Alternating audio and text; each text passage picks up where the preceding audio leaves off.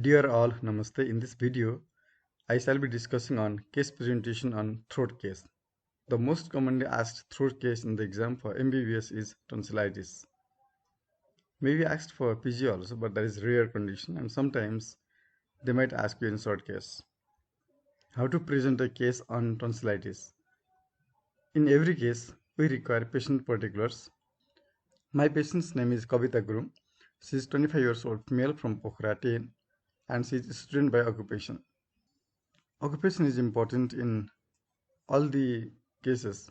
Suppose when a person works in very cold environment like fresh house or ice cream parlor, cold associated allergy and tonsillitis are common in those occupations. So there is importance of occupation in history taking. Miss Kavita presented to ENT OPD with history of sore throat for 5 days and fever for 4 days. She was apparently well 5 days ago when she started having sore throat, which was insidious onset.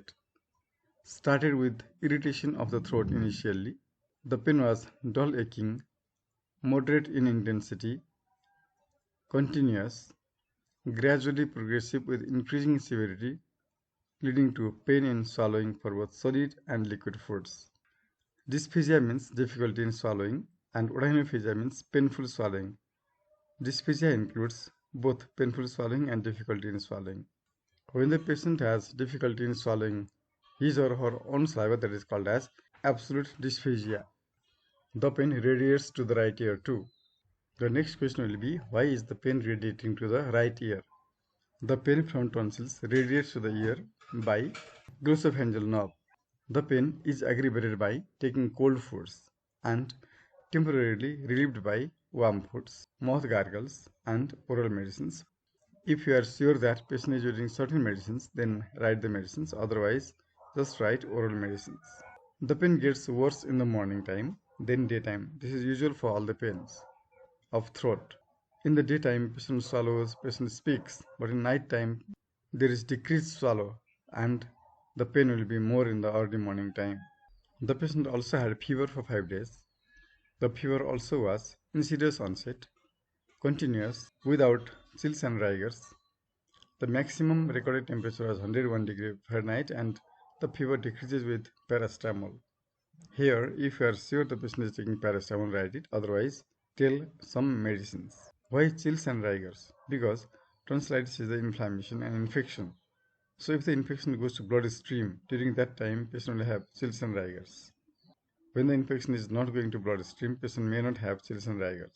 Coming to negative history, there is no history of difficulty in breathing, change in voice, nasal obstruction, noisy breathing, decreased hearing, joint pain, skin rashes, decreased urine output and change in color of urine.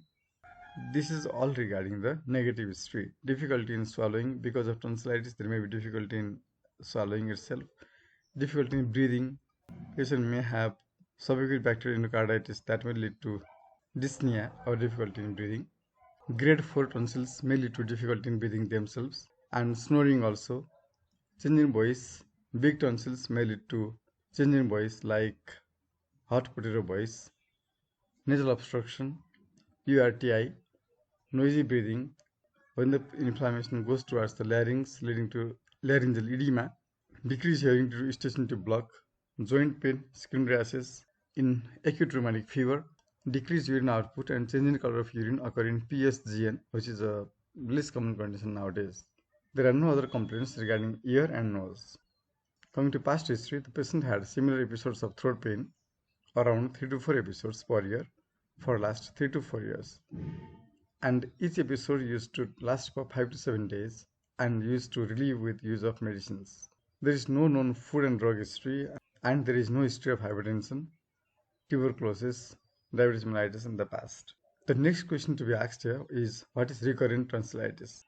When tonsillitis happens more than once, that is recurrent.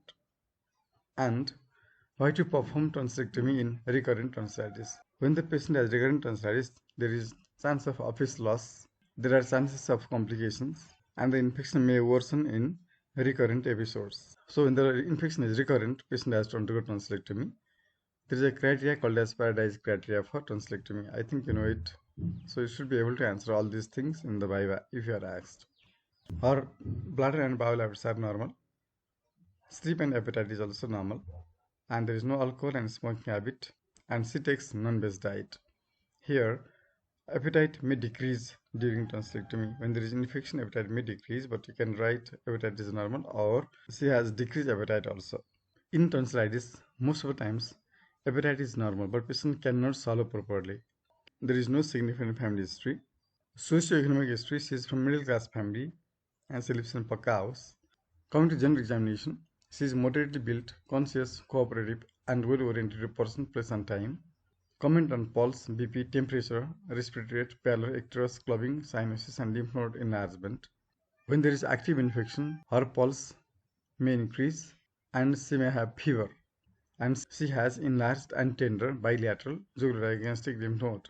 What does enlarged lymph node mean? Jugular-diagnostic lymph node should be more than 1.5 cm for enlargement. And system examination, CBS, RS, and PET, just auscultate the chest for murmurs in case of subacute bacterial endocarditis.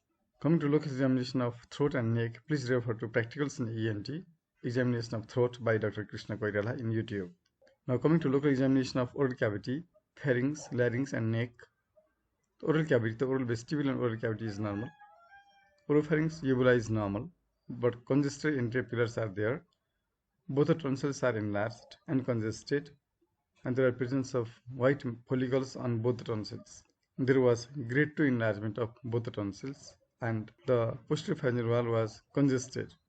Indirect laryngoscopy was performed, and that was found to be normal. On examination of neck, the positive finding was bilateral, enlarged, and tender jugular-diagnostic lymph nodes. Please refer to Examination of Throat by Dr. Krishna Koirala in YouTube or SlideShare for full details on examination of throat and neck. Relevant examination of ear and nose was normal. And now we have to write the case summary, all positive history and positive findings. Then comes provisional diagnosis.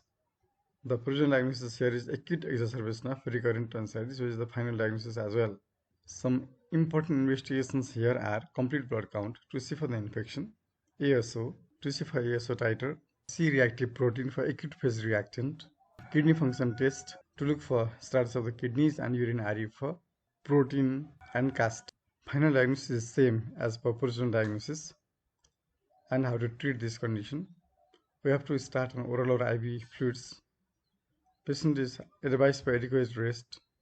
Antibiotics to treat group A, beta amyloid strogoi, analgesics, antiseptic mouth gargle, plenty of liquids, semi-solid or solid diet, avoid very hot or very cold foods, and tonsillectomy can be performed after 4 to 6 weeks.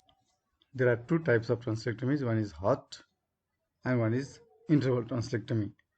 You may be asked about the indications and advantages of hot over interval tonsillectomy. You may be asked about the role of throat swab also.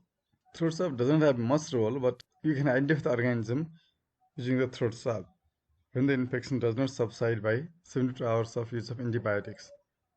That means sometimes the infection may be by other organisms than group A, beta amyloid strogoi, and sometimes the organism may be resistant to drugs that you have used.